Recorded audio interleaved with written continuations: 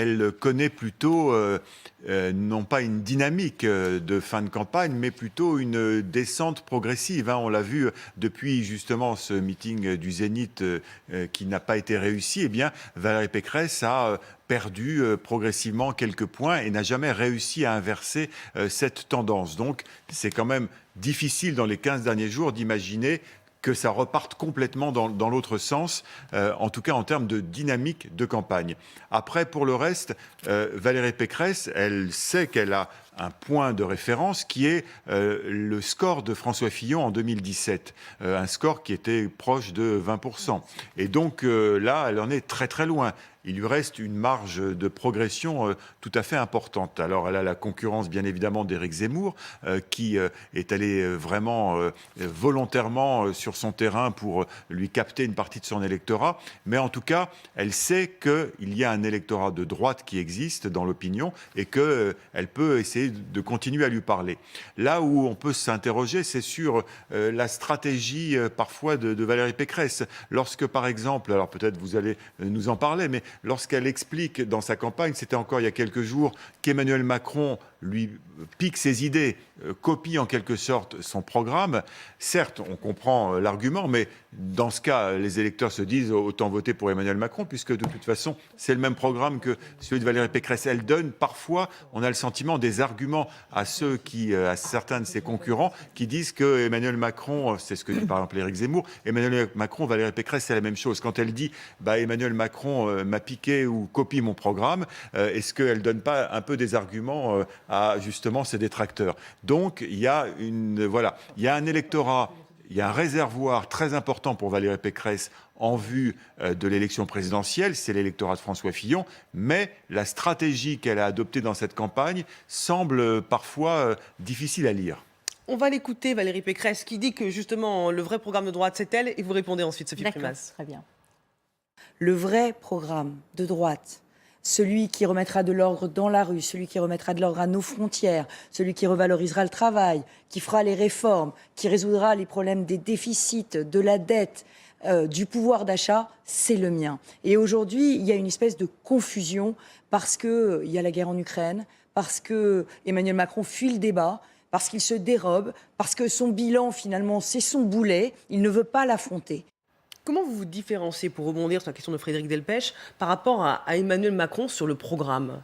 Sur le programme, alors c'est très compliqué parce que le président de la République, il ne veut pas rentrer en campagne. On voit bien qu'il a fait cette grande messe avec les journalistes, mais depuis, il y a un journal ce matin qui titre en disant il n'y a pas de désir de campagne. On voit bien que le président de la République, il n'y a pas de désir de campagne, il n'y a pas de désir de rentrer dans la campagne. Alors comment on se différencie? Évidemment, il y a des sujets qui sont des sujets identiques. Quand on parle de la retraite, évidemment, il y a des sujets qui sont identiques. Mais Valérie Pécresse explique en fait la raison pour laquelle elle veut repousser l'âge de la retraite à 65 ans et en cela, elle se différencie de Macron qui d'abord ne l'a pas fait et ensuite elle se différencie sur la méthode. Donc effectivement, quand on a une lecture rapide... Emmanuel Macron parle de repousser à 65 ans aussi la retraite. Il parle de repousser à 65 ans, mais d'abord, quelle est sa crédibilité quand par 2 fois il a essayé de faire une réforme des retraites?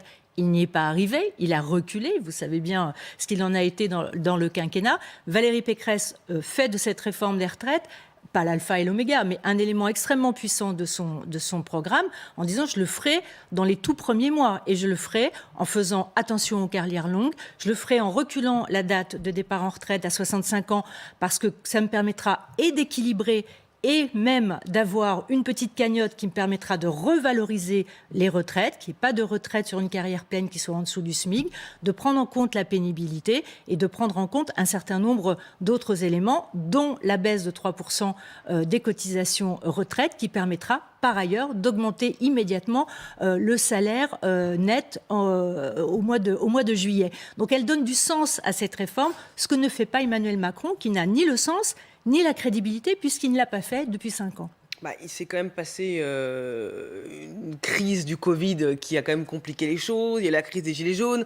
Maintenant, il y a la guerre en Ukraine. La Ça peut être crise aussi des éléments qui peuvent expliquer que toutes les réformes n'ont pas été faites. Pardon, mais sur la crise des retraites, on a essayé 2 fois pendant le quinquennat avec 2 ministres différents, avec des tas de cabinets qui sont venus abondamment essayer de faire cette retraite. On n'y est pas réussi. Donc vraiment, je pense que là, il y a une faute. Et c'est une faute importante parce que ça crée des déficits, ça appauvrit l'État et ça appauvrit les Français in fine. Donc c'est une faute. Et je trouve qu'Emmanuel Macron n'a pas de crédibilité et n'a pas non plus cette excuse de la Covid, des gilets jaunes, etc. Je pense que s'il avait voulu faire cette réforme qui est extrêmement structurante pour les déficits de l'État, il aurait pu la faire. Pour l'instant, si l'on en croit les sondages, même s'il faut rester très très prudent, les électeurs de droite, ils font plutôt confiance à Emmanuel Macron. Donc comment vous allez faire? Il vous reste encore 2 semaines, tout peut changer, avant une élection, rien n'est fait, pour convaincre ces électeurs de revenir dans leur famille politique. Eh bien, nous sommes sur le territoire et nous allons faire ces réunions. Nous faisons de la conviction par capillarité, comme je vous l'indiquais tout à l'heure. Nous avons une force très importante à droite chez les Républicains, qui est notre force territoriale au travers des maires, des députés, des sénateurs. Et nous sommes tous les soirs en réunion publique et nous arrivons à convaincre absolument. Je peux vous dire que quand les gens viennent, ils comprennent la différence entre le programme d'Emmanuel Macron et le nôtre et ils repartent sur les marchés, devant les magasins pour aller convaincre à leur tour leur entourage et les Français.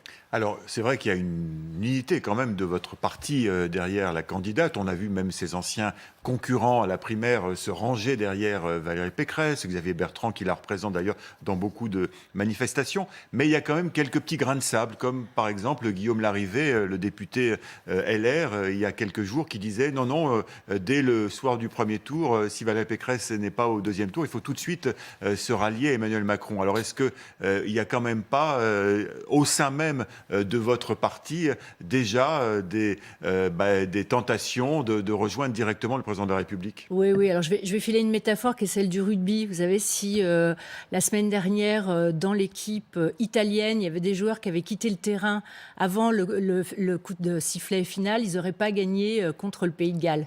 Voilà. Et donc, Guillaume Larrivé, c'est un garçon intelligent, mais je pense qu'il a un plan de carrière personnel. Je ne vois pas pourquoi il fait ça, en réalité. Nous, on est une équipe soudée et on va aller jusqu'au coup de sifflet final.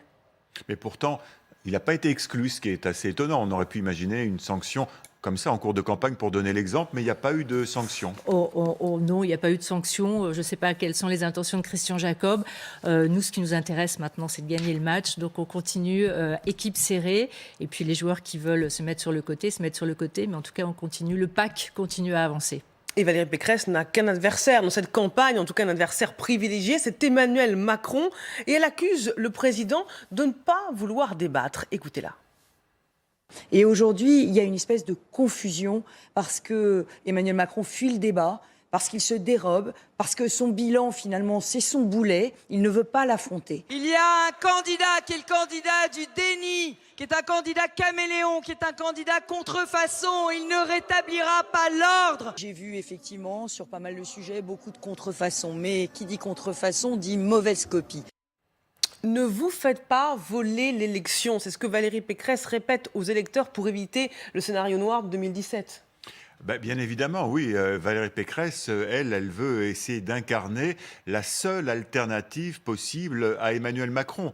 Alors c'est vrai qu'elle expliquait, c'était son argument de campagne, surtout au début, lorsqu'elle a été investie, eh bien qu'elle était la seule à droite en mesure de se qualifier pour le deuxième tour, et puis la seule en mesure de battre Emmanuel Macron au deuxième tour. Alors depuis, les sondages lui ont pas donné complètement raison, puisqu'elle a été devancée par Marine Le Pen ou Éric Zemmour, mais enfin en tout cas c'est l'argument, son argument fétiche à Valérie Pécresse, c'est la crédibilité, c'est son expérience politique, l'expérience de ministre. Elle a été ministre donc sous plusieurs gouvernements de droite, et puis son expérience de présidente de région en Île-de-France, avec une réélection en Île-de-France. Donc tout ça, c'est des arguments qui pèsent en faveur de Valérie Pécresse par rapport à certains de ses concurrents. Éric Zemmour, bien évidemment, qui lui n'a pas d'expérience politique, et Marine Le Pen qui n'a pas non plus dirigé un grand exécutif ou qui n'a pas été ministre. Donc,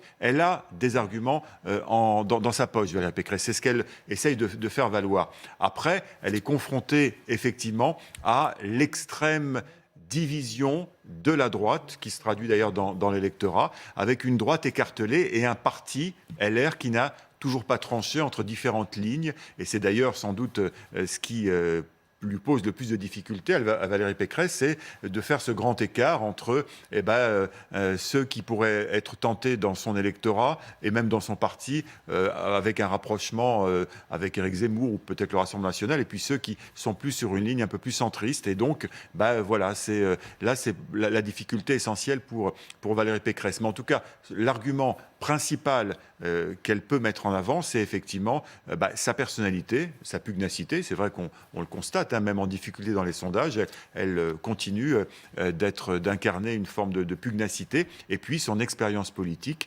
sa capacité à diriger un grand exécutif, sa capacité à être ministre, à faire des réformes, tout ça, elle l'explicite.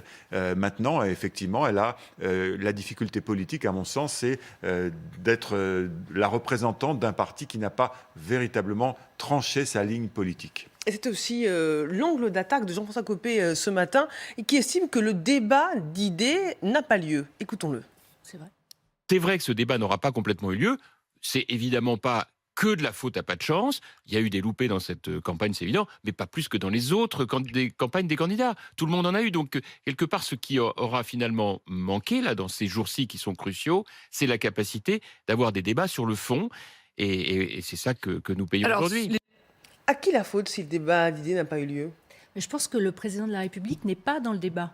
Or, quand on est président de la République sortant et qu'on se représente devant les Français, il faut absolument mettre sur le tapis, sur la table, les idées, la poursuite du programme qu'il souhaite faire et débattre d'un point de vue démocratique. On voit bien que le président de la République est embêté par la position de Valérie Pécresse, qui est une de celles qui, dans le champ républicain, est celle qui peut vraiment le contrecarrer, qui peut lui opposer des arguments, en tout cas avoir un vrai débat sur des convictions, sur des idées, sur des propositions, sur des solutions pour la France.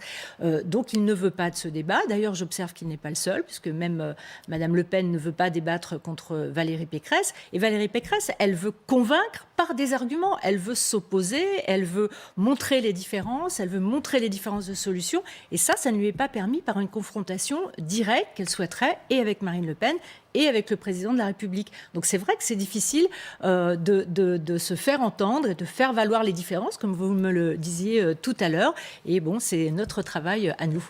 Elle a pu débattre il y a 2 jours avec Marion Maréchal, par exemple, la représentante d'Éric Zemmour. Donc, mais Marion Maréchal n'est pas Éric Zemmour. Voilà.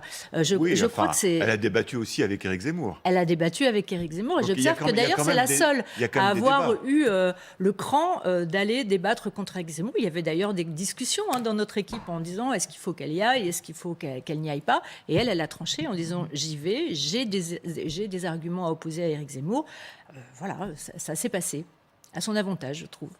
Est-ce que vous considérez que Valérie Pécresse doit privilégier d'abord l'affrontement avec ses concurrents de droite ou se positionner exclusivement en opposition à Emmanuel Macron ? Non, elle ne se positionne pas exclusivement vis-à-vis d'Emmanuel Macron. Comme vous l'avez dit tout à l'heure, elle doit convaincre des électeurs de droite qui sont partis et chez Emmanuel Macron et plutôt sur notre droite.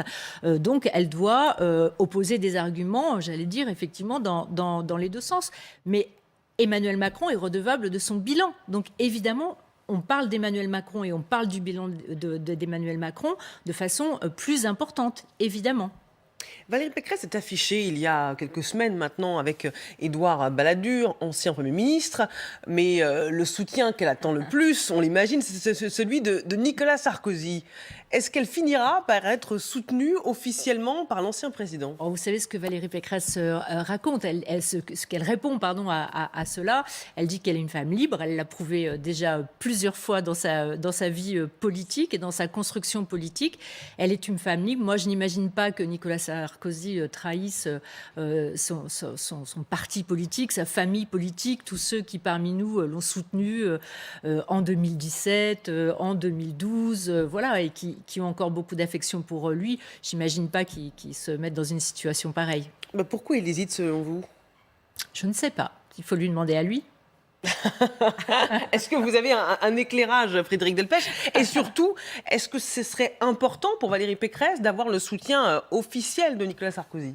Ah ben, s'il arrivait aujourd'hui, c'est-à-dire dans la dernière ligne droite, oui, ce serait peut-être un atout très important pour Valérie Pécresse. Ça lui permettrait sans doute de regagner quelques points, notamment par rapport à ses concurrents de droite, surtout Éric Zemmour, qui lui aussi se revendique un peu de l'héritage de Nicolas Sarkozy. Donc, si l'ancien président finalement appelait à voter, soutenait officiellement Valérie Pécresse, là maintenant, ou d'ici une semaine, juste avant le premier tour, ça sera un sacré coup de pouce pour la candidate. Maintenant, vu qu'il n'a pas souhaité sortir du bois depuis maintenant quelques semaines, vu que Valérie Pécresse a fait quand même beaucoup de gestes en sa direction, l'a rencontré, a déjeuné avec lui, bon, on peut imaginer que Nicolas Sarkozy garde cette réserve jusqu'au premier tour, surtout qu'il peut s'abriter derrière la crise ukrainienne pour dire que voilà, on est dans une situation un peu exceptionnelle où la France doit plutôt se consacrer à cette crise internationale et à cette guerre en Ukraine plutôt que d'être dans des chicayas politiques et que voilà, il peut maintenant. Il y a 2 jours, François Hollande, autre ancien président, est lui aussi rentré dans l'arène. Il a participé à un meeting carrément d'Anne Hidalgo à Limoges. Alors on pourrait imaginer, non pas que Nicolas Sarkozy participe à un meeting, parce que ça semble peu crédible, mais en tout cas fasse un petit geste final pour Valérie Pécresse. Maintenant, c'est vrai que on a le sentiment quand même, vu que Nicolas Sarkozy a émis, en tout cas en privé, quelques critiques qui ont été relayées, d'ailleurs, sur la campagne de Valérie Pécresse, sur des incohérences. Il n'a pas, semble-t-il, beaucoup apprécié l'épisode du Karcher, Nicolas Sarkozy. Peut-être que voilà, il rentrera pas dans la compétition, en tout cas en soutien direct avec Valérie Pécresse d'ici le premier tour. Il lui reste 2 semaines pour se décider. Merci. C'est une grosse déception pour notre famille politique, je pense. Je n'ose pas imaginer. Vous l'espérez vraiment quand même le soutien de Nicolas Sarkozy? On a l'impression c'est pas qu'on l'espère, l'espère, mais c'est important. Voilà, qu'un ancien président de la République qui a été soutenu, avec qui Valérie Pécresse a travaillé, avec une majorité à l'Assemblée nationale, au Sénat à l'époque, qu'on était tous avec lui dans cette aventure présidentielle. Voilà, ça serait décevant qu'il ne le fasse pas. L'appel à